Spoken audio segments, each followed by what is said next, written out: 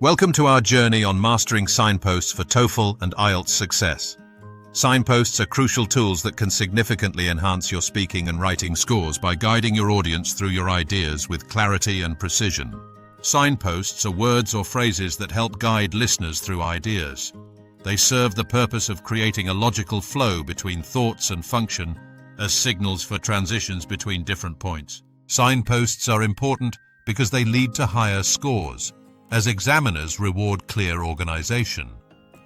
They enhance coherence by connecting ideas smoothly and improve clarity, making it easier for listeners to follow your points. When starting your response, use signposts like first of all to introduce your initial point, to begin with, to set the foundation.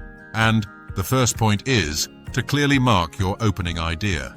To add ideas, use signposts such as also for a simple addition, moreover for a stronger emphasis, and in addition for a formal alternative in academic contexts.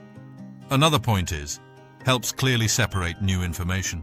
When giving examples, for example, is the most common way to introduce them, such as introduces multiple examples concisely, and for instance, is a more formal alternative for academic contexts. To contrast ideas, use however to show contradiction.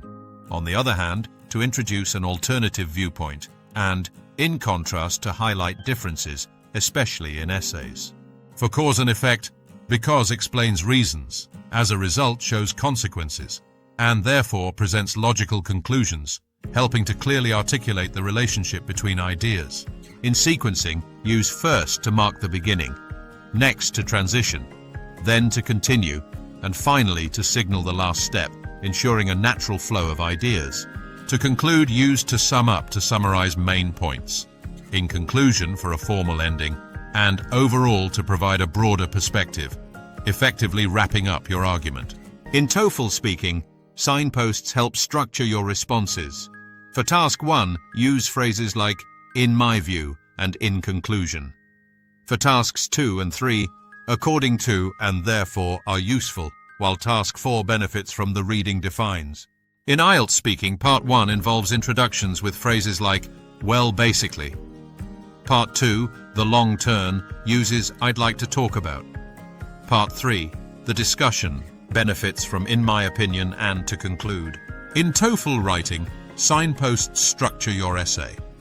The introduction might start with this essay will discuss, body paragraphs with first and moreover, and the conclusion with in conclusion.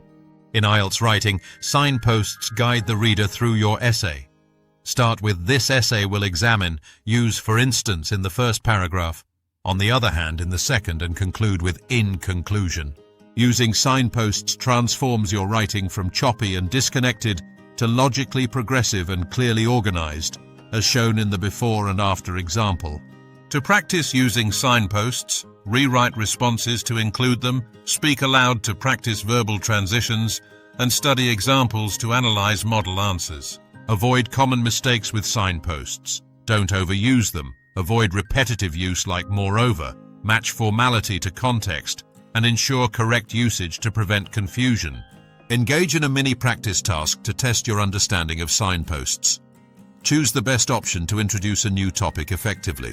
Prepare for the quiz by matching signposts to functions, choosing the best options, and improving your answers with clear transitions. Now it's your turn to practice. Apply what you've learned, review your work for signpost opportunities, track your progress, and keep practicing for natural integration.